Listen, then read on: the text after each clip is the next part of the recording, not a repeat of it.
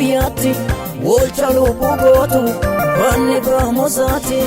Anaan kan na dhibu guyyaadhaa guyyaatti oolcha lubbuu kootu fannifamuusaati.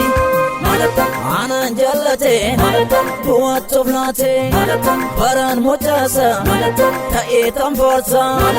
Anaan jallate du'aatoof laate baraan mocaasa ta'ee tanfaarsa.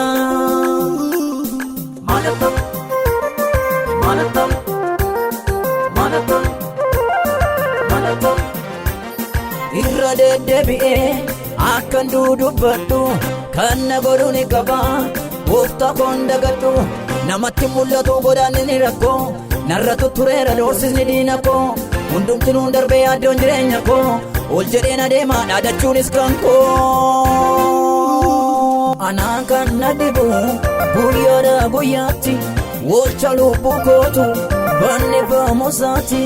Anaan kan na dhibu guyyaadhaa guyyaatti oolcha lubbuu kootu fannifamuusaati. Anaan jallate du'aatoof laate baraan mocaasa ta'ee tanfaarsa. Anaan jallate du'aatoof laate baraan mocaasa ta'ee tanfaarsa. Yaade maal akkan godhuufi eenyummaa koon kenne isa kan faarsuufi. Eenyuun naqa qabaata akka cabseen bahee sagalee jireenyaa waaqarraan dhaga'ee. Mudhii koo hidhadhee isaaf jiraadha galgalaaf ganama isaan annaadadha. Anaan kan na dhibu guyyaadhaa guyyaatti oolcha lubbuu kootu fannifamuusaati.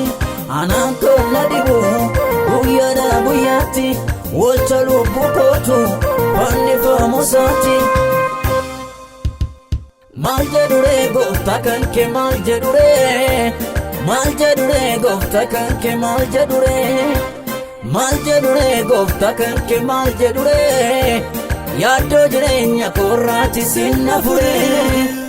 Fedhime yommuutti naan jedhu fedhime anoo fi qusadhu fedhime erginni na muude fedhime garaadhi na waade fedhime yommuutti naan jedhu fedhime anoo fi qusadhu fedhime erginni na muude fedhime garaadhi na waade fedhime fedhime fedhime fedhime fedhime fedhime fedhime